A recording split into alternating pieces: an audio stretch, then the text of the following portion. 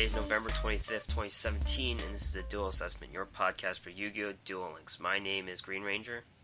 And I'm DeckTech. We've reached this transition period in Duel Links where the Kaiba Cup just ended. Very competitive play, and we kind of eased into the Espa Roba event, which is the only thing that's been really going on the last few days. We have a bunch of announcements to go over for the future, but let's talk about the Kaiba Cup and Espa Roba. So DeckTech, what did you do in the Kaiba Cup? Yeah, so I accidentally missed most of Stage 2. The plan was that I was going to be going away for the weekend. It was actually my mom's birthday, so we were going to celebrate. And I thought I'd have a lot of downtime in doing that, but unfortunately our car overheated on the way there. So I spent most of the weekend dealing with car stuff and obviously doing a little bit of birthday activities, so did not really get very much time to duel. And by the time that I finally sat down and decided that, all right, I'm going to devote some time to concentrate on dueling, the event was already over. So I only really played, I don't know exactly, but 12 or maybe 15 games. Had a pretty good win rate within those few games, so I ended up in the top 10K points, but it was a little bit of a bummer because I didn't really get to compete. How about you? Yeah, I actually said this to you off stream, but it's kind of a good thing that you missed out on a lot of things on the Kaiba Cup. Yeah. I played 55 games. I would say by the last 2 days I gave up. I just played the minimum games the last 2 days, and then as it ended I decided to play some more, and I kind of had a last minute game that I don't know if it counted or not, but I don't even know if I got to 50%, honestly. Wow. I was just a little above, I think. And the last 2 games I won. The last game was 3 minutes. There was 3 minutes left in the event, and then I played another person, and then we finished after 12. So, and I won that game too. So I don't know if that game counted. That might have pushed me over a little, but my rank was 27,000, I think. But the good part about it is I got past 30,000, so I got a rare. So maybe that game pushed me over. I don't know. But at the end, I was just playing the handless deck. I just gave up on Ancient Gears completely. You didn't mention you got King of Games, right? Yeah, well, but it was automatic. Oh, it's automatic. Right? Oh. Or, I don't know. It's a little different, yeah. Yeah, it was just part of getting to Stage 2, I think, which was a bit of the reason why it's been so relaxed this week as well, because I was just well, I guess now that I'm done with the Kaiba Cup, I can go play ranked. And it was yeah. I guess I already got King of Games, so I don't do that either. So I don't know. Yeah, so I did it the day after, so the Monday after I got King of Games with Ancient Gears for the first time. So this is my second. And actually streamed the thing on Twitch. So I started my Twitch career. I streamed 3 times in the last week. Twitch.tv/GreenRangerDL. And Woo! I might start this gimmick where I duel anyone. I'll just drop everything that I'm doing and I'll duel you. That's gonna be my gimmick, just because people wanted to do that to me. So I dueled 2 people online, live on stream, and unfortunately they were just beginners. But I'll take on anyone. I won't use a meta deck. I was just picking I was playing Ice Barriers and Handless and XYZ. So I was just playing random decks. I wasn't setting anything. There you go. Yep, so that's my gimmick now. And 2 weeks ago, I actually dueled someone on a train. I forgot to mention this last week, but I dueled someone on the train. Someone just saw me. I think I was farming or I was just auto-dueling. This was during Stage 1, I believe. And, we dueled. He's on my friends list, and we played twice, and I think I won both of them with the Ancient Gears. But, yeah, pretty cool. I got to really live the Yugi versus Weevil fantasy, dueling on a train, so that's pretty cool. I don't know if we want to call our new listeners Weevil. So are you Weevil? We'll call you Weevil. Yeah. Well, no one... I like to make this joke, but the whole Breaker the Magical Warrior thing, Yugi was just going for the maximum duel assessment. That's why he kept hitting him. So there you go. Yeah. All right. So, yeah, it's been quite a week. So it's pretty much max competition to just chill, farming whenever we can. Yeah, definitely. So this week in esports, we're going to wrap up the Kaiba Cup, which ended on Sunday. So, Decade is still OP. And this is getting a lot of heat online, actually. This thing, he has this video, he just posted it an hour ago, where there's a hater talking on Reddit, so think what you will. But he is number one. Number one global. They actually have the ranks in global this time, so it's pretty cool. Notice that he went under a fake Korean name. I don't know if it's a fake name, but it was a Korean name for most of the event. And in the Discord, he even mentioned he switched over to Pegasus in the end to disguise himself, even though he was playing Paradox Brothers for ninjas. But most people in the Discord did know who that it was. He was still number one. So he's moving on to the qualifiers in addition to the rewards he got, which were like 6 SRs and 6 URs, I believe. So you can finally play Red Eye Spirit, I think. That's a joke. Ninjas. So just because DK got first place with ninjas, we're going to start seeing a lot of them. I think there's going to be a trickle-down effect to the lower ranks for sure, and even the more competitive ones, where ninjas might be... Some of the Cyber Angel players might be switching over to ninjas if... Let's say nothing happens to it, they might just try it out, but if something happens to Cyber Angels, ninjas seem like the fallback right now. Yeah, he was calling ninjas. I mean, obviously he thought it was good because he took it and played it in this competitive event, but it's also the only other Tier 1 deck on his Discord, right? I think it's still Tier 2. Oh, okay. Cyber Angels was number 1. I know Gladiator Beasts moved up. Ninjas might have been a Tier 3. Let me go check right now. I know Red Eye Zombie was still 2, which I'm not sure about that one because I still don't see it, but I just might not play enough to know. People might just be tired of it, too. Oh, wait, it is Tier 1. Yeah, so you're right. I guess he moved it up just because he got first place, or other people in the Discord also got top ranks with ninjas. Yeah, maybe. I actually ended up joining as well, so... Haha! Oh, awesome. I can't hide anything from you anymore. Secret intel.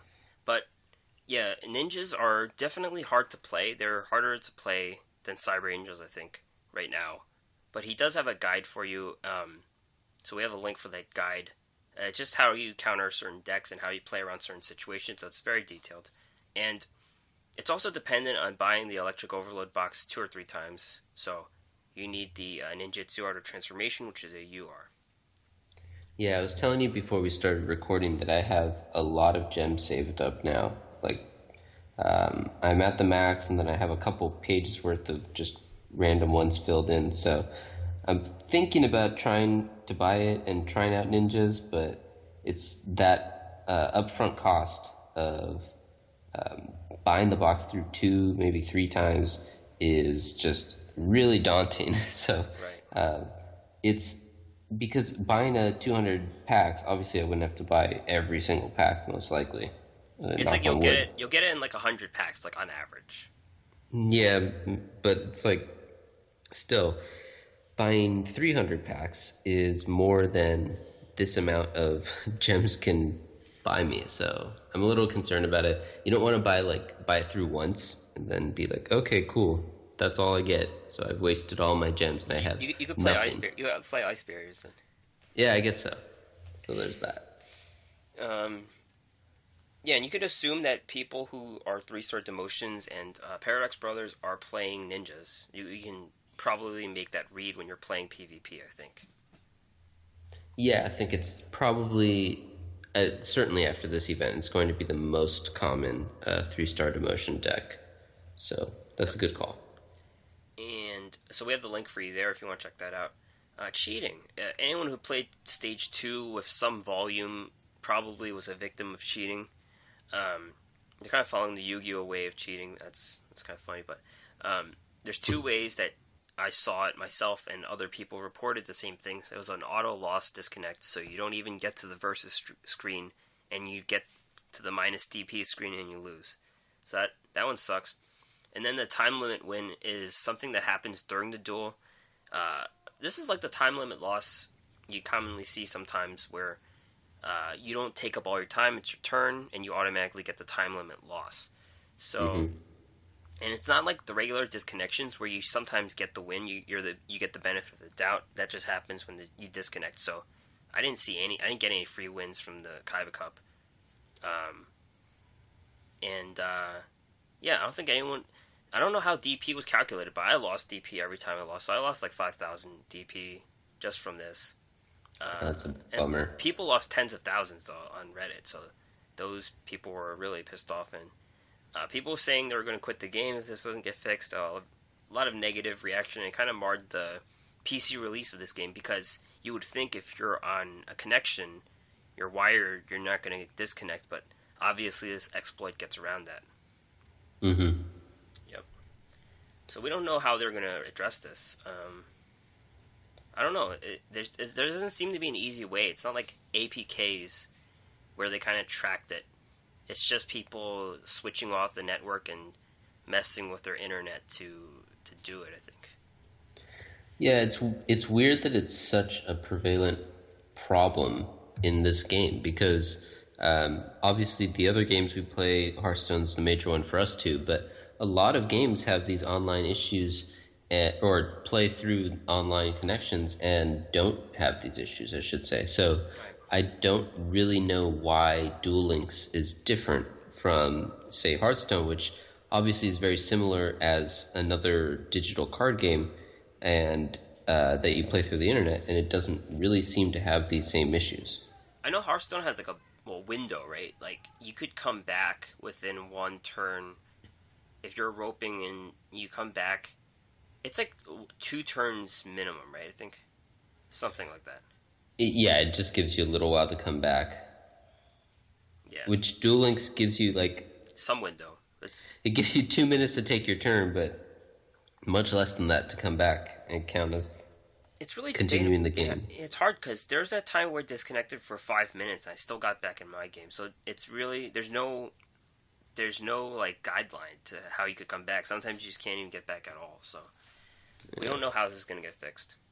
But it's important though, because you don't want to alienate your community by saying my game doesn't work. So yeah, and I mean this is supposed to be a major competitive event. It's essentially qualifiers for their world championships, and it always just looks bad for the game when your major tournament just doesn't work, or even if it works, whatever it was, 95% of the time, that 5% just really leaves everyone thinking that the whole thing was like illegitimate, right? And that's not what you want.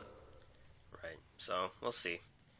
Upcoming events: Duel Links Meta Championship Series 4 is happening 2 weeks from today, so this is a big money event. Of course, minimum $16 prize pool, but they have to pay $10 to get in, and priority invites are sent to December King of Games players and also some other people who participated in the past.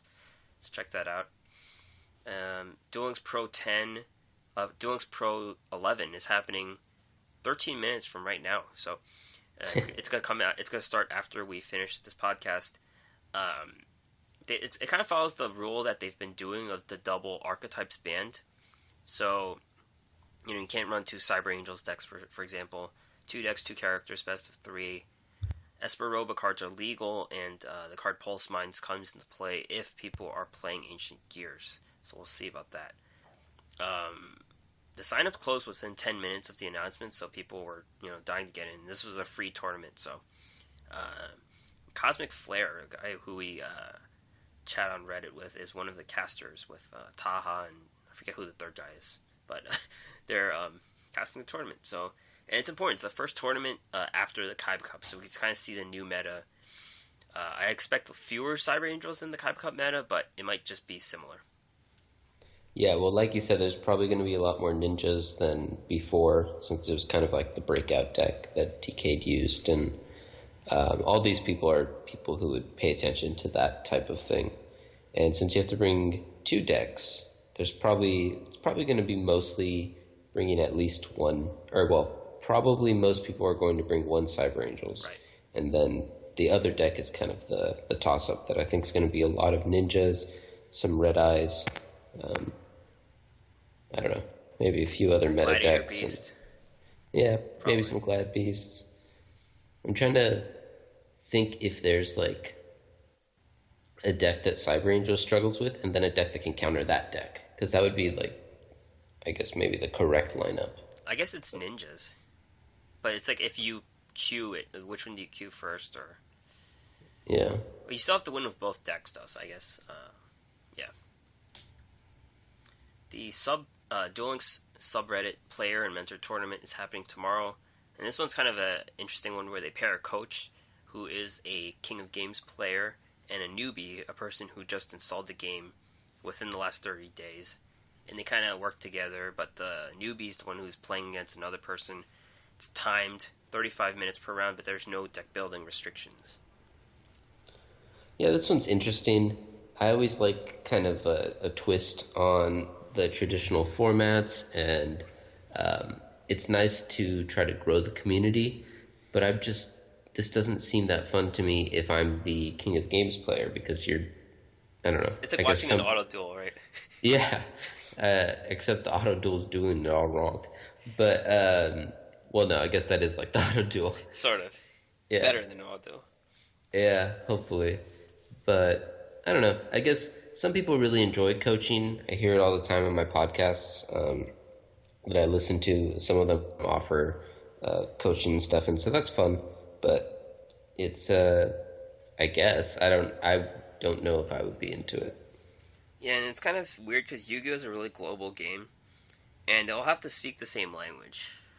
Yeah, it's a good point. That up. Yeah. So we'll see how that goes. Okay, so we're gonna get to the cards or updates this week. Card Flipper campaign, seems like we're doing this every week now, and we're getting another 1800 attack spellcaster, which is Challen the Prophet.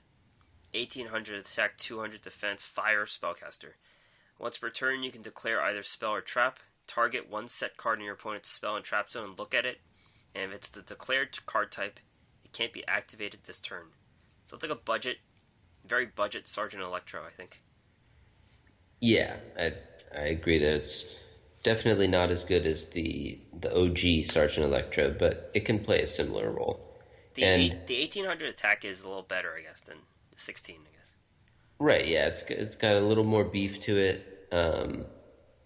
It can be functionally the same if like they have the right card face down, I guess. Like Wall of D, and then that's like the only one they have, so it doesn't really matter, so you can call it every turn, but it's nice for new players. I think that's kind of the whole point of the Card Flipper campaign, is just to help new players out. Yeah. Oh yeah, it's funny they kind of try to push Pegasus on this, like, oh yeah, don't play Cyber Angels with Mindscan, play this guy instead. Yeah. Card Trader inventory updated. We have 3 new cards. The other cards aren't gone yet. I think they're gone in a week or 2 from now. So pick up some of those old cards if you have a chance. But these are the new cards. Bee Buster Drake is a machine union, 1500 attack, 1800 defense, light machine. You could union it, so you could target one light monster, light machine, and equip it. If it's equipped, it's unaffected by spells. And if it's destroyed, you destroy this card instead. So this card also has a tutor effect. When it's sent to the field from the graveyard, you can add 1 union monster to your hand. So yeah, it's kind of like an XYZ card. It works with that archetype, even though it's not really a competitive archetype. It's part of the ABC union thing. And I actually tested out some of these decks on stream yesterday with Yay Hey of Duel Links Meta. There's one with Dark Flare Dragon and one with the Atmosphere, so I tried out those decks. Nice. Yeah, I didn't think much of it when I saw the card, but what did you think of the decks when you were trying them out? Well, it was like 50-50, honestly. I mean, everyone was playing meta decks on King of Games, which I didn't expect. I thought I was going to be fighting trash decks, but I wasn't. So, I may be a ninja person, so there's something to say about that. There you go. It's kind of like Control XYZ. You kind of just work them down, and then you just take out their back row, and then you just beat them with these monsters. So that's kind of how it works. But the Atmosphere version was pretty fun, though. Like, it's kind of all in. You have to use the double the double magical arm shield card, sort of, and you just steal their monsters and you tribute them for the atmosphere. It's very YouTube. Very YouTube tech. Closed Forest is a field spell. All beast monsters you control gain 100 attack for each monster in the graveyard. Field spells cannot be activated. Field spells cannot be activated during the turn this card's destroyed. So it gives a little buff to beast, and it's kind of like the field barrier where they can't play field spells when this is out. It's dependent on beast becoming a thing, of course, and no one's really playing field barrier to negate the field yet, so yeah. Yeah, I think the decks that would be affected by that just aren't really big right now, so there's no reason to run it. But this has 2 effects, so you could run it for either reason. Unfortunately, like you said, that other reason of running the beast, having a lot of beasts in your graveyard, that's not really a thing right now either. Right. So yeah. It's a cool card, though. I like it. And then there's Wild Nature's Release, which is a normal spell. Target one beast or beast warrior. It gains attack equal to its defense until the end phase. During the end phase, destroy it. So it's a little better because it includes the beast warriors, and they are relevant because Gladiator Beasts and Hazy Flame are cards. But also you could target your opponent's card for a hard removal, so you could just destroy them. I guess that's something you could do. But, it's just contingent on... I guess it's better just because Beast Warrior, but I don't think you really want to destroy your own guy unless you get you're getting lethal, I guess. Yeah, or you need to trade into something really big or, whatever. But, yeah, it's an interesting card. I didn't realize, or I didn't pay attention to the potential that you could kind of use it as removal. That's pretty cool. Hazy Flame, it doesn't work on Hazy Flame because you can't target it, I think. Right. But the other ones, like the Rhino and the Tiger and Canine Tor, they all die, so.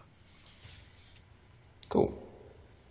Bonus duel rewards campaign. So, given Espa Roba, it came a couple days later, so it's pretty good because Espa Roba is not automatic. He's been one of the more difficult farms, I think. So this definitely does help.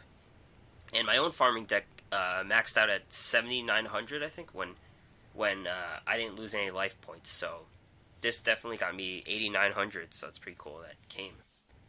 Yeah, actually, mine, we're about to talk about it, but mine was the same, where before this event started, I needed to play, I had one prismatic in the deck, and so I needed to play it in that way if I wanted the full duel assessment. So it's nice that this came at the time. Is your prismatic actually useful, or are you just using it for the duel assessment? No, it's actually naturally part of the deck. Oh, okay. So I got lucky in that sense. There's this Forgotten Temple, the Deep, that I have that's prismatic, and I just put it in my decks to get a prismatic. But hey. There you go. I couldn't do it here though, because it's so inconsistent. Right. So Espa Roba is here, and the narrative is that he's actually ESP. He's not cheating, so he gained these abilities. So it's pretty cool. The farm's not the easiest though. It's really inconsistent. The wards aren't great, but the drop rate has been decent, I'd say. I'm done with my collection. You said you're almost finished, right? Yeah, I'm probably a little bit behind you. I definitely need a couple more still, but I'm doing okay. Yep. So what have you been using? I've been using a Cyber Angels deck because... Big surprise.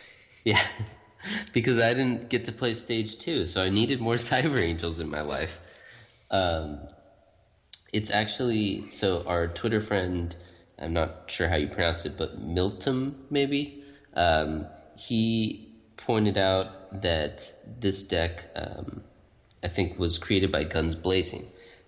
So the deck works pretty similarly to regular Cyber Angels. So you've got your Searchers, and obviously when you summon the Ida-10 using the Ben-10, then that's a Searcher as well. So basically you thin out your deck before he does, so you get to 0.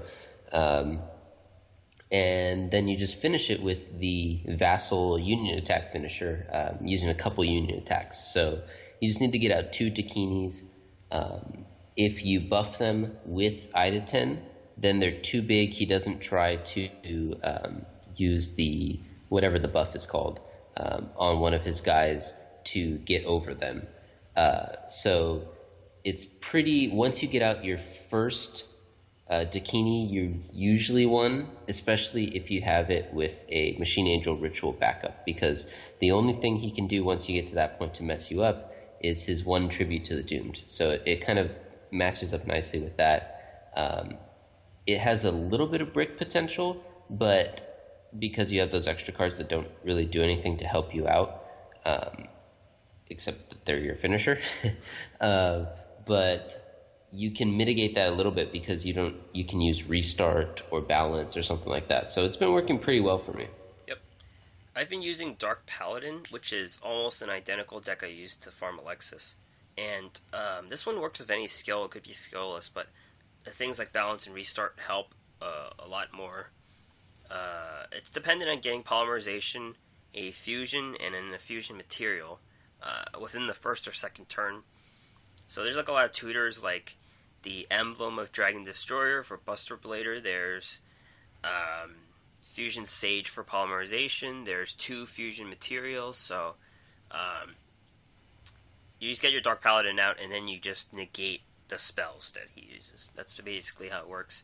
And you use Fiend Mega Cyber as the extra guy, because he gets 3 monsters out. So you get Fiend Mega Cyber, Vassal, Union Attack. So, yeah. It bricks, so I'd say at best it's like a 60% success rate. So it's not too consistent, but once it works, so. Yeah. We'll end up throwing both lists into the show notes if you want to check them out, just pictures of them. And I think if you're not completely tired of Cyber Angels, I think that might be the way to go, because I'm pumping a definitely better than 60% success rate. Well, we'll see. Yeah, so definitely farm him and get his cards. The 2 cards that aren't completely useless, that's a fun way of saying it. It's like, farm him, but these cards aren't useless. Pulse Mines. It's a bit of a debate whether it's better than Windstorm or Curse of Anubis. I think it's definitely better than Curse of Anubis for machine decks. But for Ancient Gears, they're all effect monsters, typically.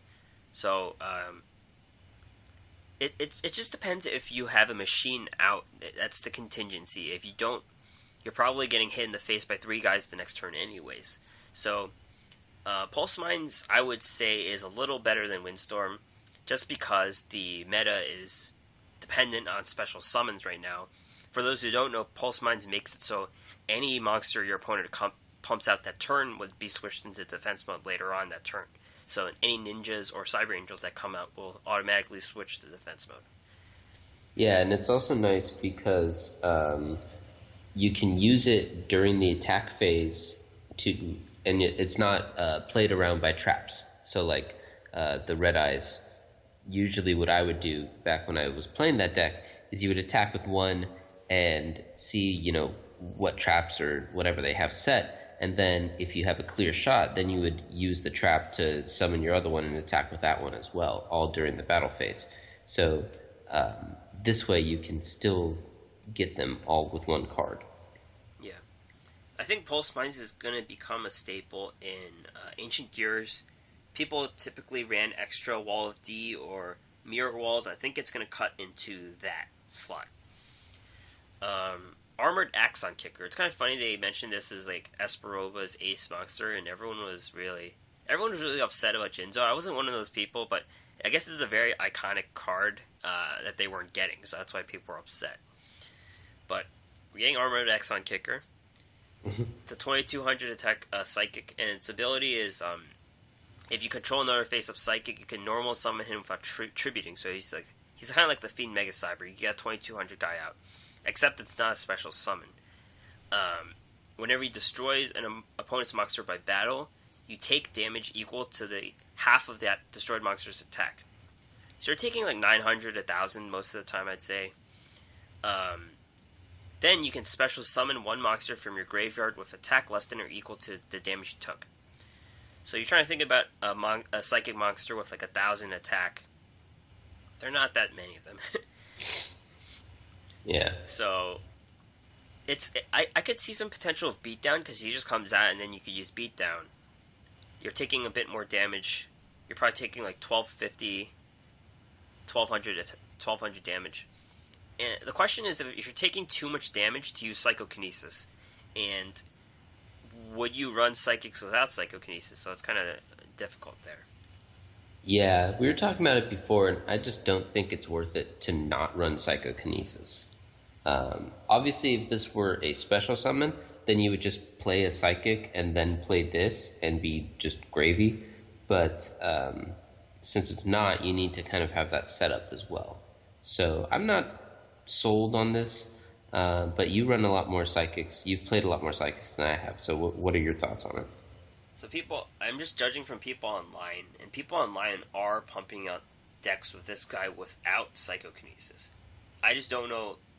I mean, Psychics aren't even a meta right now, so I don't know what we're comparing it to. That's the hard part, I guess. Is it better than the old Psychics in this current meta?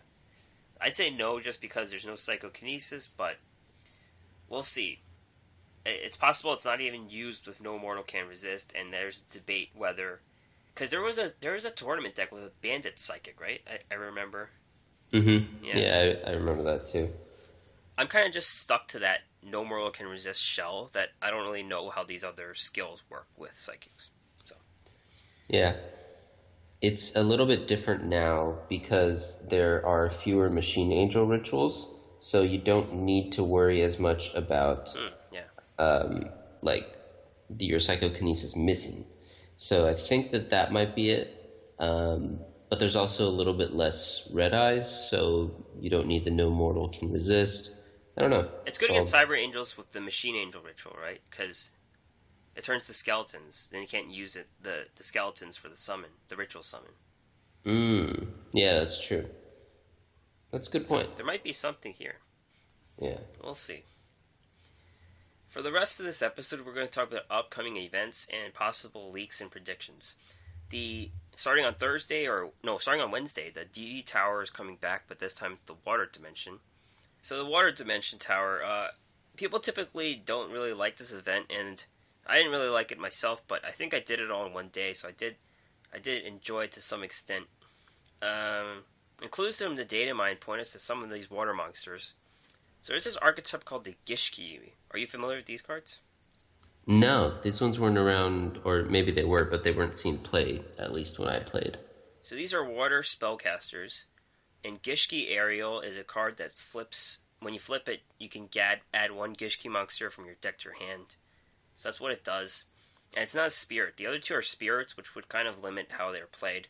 Gishki Amelia, so it has that spirit effect where it turns to your hand, but it also negates all trap cards on the field until the end phase. You must control another face-up Gishki monster to activate and resolve this effect. So it would be Ariel. Ariel somehow stays on the board, and then Amelia would come onto the board. And then there's also Natalia, who's also a spirit. Her effect is you can target one Gishki monster in your graveyard, return that target to the top of your deck. So it's a really powerful archetype, but we're only getting 3 of these cards, unless they're adding other cards from the data mine that aren't these 3 cards. Yeah, I don't know. It sounds like what you're telling me is it sounds like a worse Ancient Gears to me. Like, why would you run this over Ancient Gears? Ancient Gears, you could counter it before the battle phase. Oh, okay, yeah. Yeah, but it only does trap cards, so you could econ this. So I guess I guess it is worse. Yeah, I mean, I guess depending on the situation. And then the important question is, these are mermaids? They're spellcasters. Okay. Do you know what the art looks like? Do they look like mermaids? They just look like magician girls. Oh, well, I'm disappointed. I really wanted Ariel to be a mermaid. Oh, that would have been nice. Yeah. And Ariel doesn't have red hair. Amelia has red hair.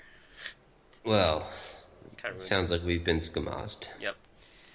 So, yeah, we're also getting some other cards. We'll see. It's just a PvE event, so, do it at your own free time. Yeah. Yami Marik is coming early December. Not much is known, but he is teasing the Winged Dragon of Ra, a card of immense power. And it's kind of overblown in the show how powerful this card is, but in Duel Links it's not that good, so I'll just read this card's effect. Can't be special summoned. Requires 3 tributes to normal summon. You can't set it. And this card has unknown attack and defense. This card's normal summon cannot be negated. When normal summoned, other cards and effects cannot be activated. So it's just that turn. You can't activate any effect to it. When this card's normal summoned, you can pay life points so that you only have 100 left. This card gains attack and defense equal to that amount of life points paid. In the anime, they only leave it at 1, so it's kind of dramatic, but it's 100 here. You can pay 1,000 life points, then target one monster on the field and destroy it. So that's what this card does. So you don't have a lot of life points. He's not going to hit for much. Right. And you, obviously, since we have the speed duel format, he's not likely to be massive too often. You also need the 3 tributes out, which is, like you said, it's kind of a big thing in this game. Yeah. And if you do get it out, you'll probably run Supremacy Berry so you could use the effect and not die the next turn. It seems like a meme card for now. Yeah, it probably will be. It's probably never going to be good. It's just too many tributes. Yeah, there would have to be some big changes. But, a lot of things have changed in the year that this game has been out, so maybe at some point he'll be good. I guess it's just cool to have an Egyptian god, too. It's not something that people are disappointed in. Like, they should know that Raw sucks in this format. It's just you're getting it, so it's pretty cool. Yeah. Bonz added to Playable Legendary Duelist. This will happen mid-December. He already hinted that he will, join the team, and this is from a Duel-a-thon event. And it could help zombies get better. So Red Eye Zombie could get back.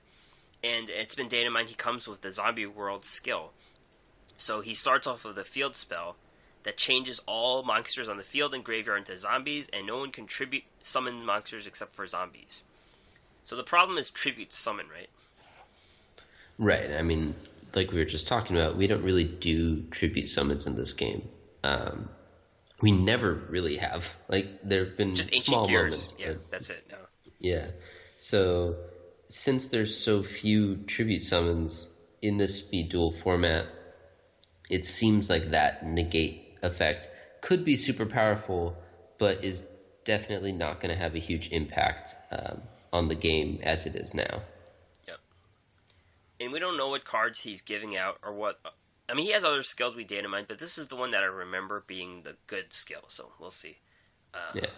And zombies getting support is just good for the archetype because we do have a lot of zombies in this game. So I'm excited to see what comes out from him. Bakura to the duel gate, so he's going to get added to the gate permanently. I guess his events are over, basically. And you get extra copies of Dark Necrofury and Trance Archfiend, probably. Any of those cards that we missed from him before, like the boss card. So, yeah. Yeah, that's a good point that I hadn't really thought about. That maybe once the duelist comes to the gate, that means that they're done with that event. So that makes sense. Yeah. Yeah, that does make sense. And it's probably a good idea not to spend your tickets on his cards yet. Right. Yeah, you want to check to see what we're getting. Obviously, you always want to keep an eye on your tickets to make sure that they're not expiring, but you don't want to use them on stuff that you suspect might be coming in more easily accessible anyway. So yeah, I only have one of the bus cards, so it's really relevant for me. There you go. Duelist Chronicles Battle City. So this is coming late December, and we're getting Arkana from what we could tell. And I think his most notable card is Anti-Magic Arrows. So you could probably get that card. And also Red Dark Magician. Yeah. I guess you're right. Anti-Magic Arrows has made a pretty big impact.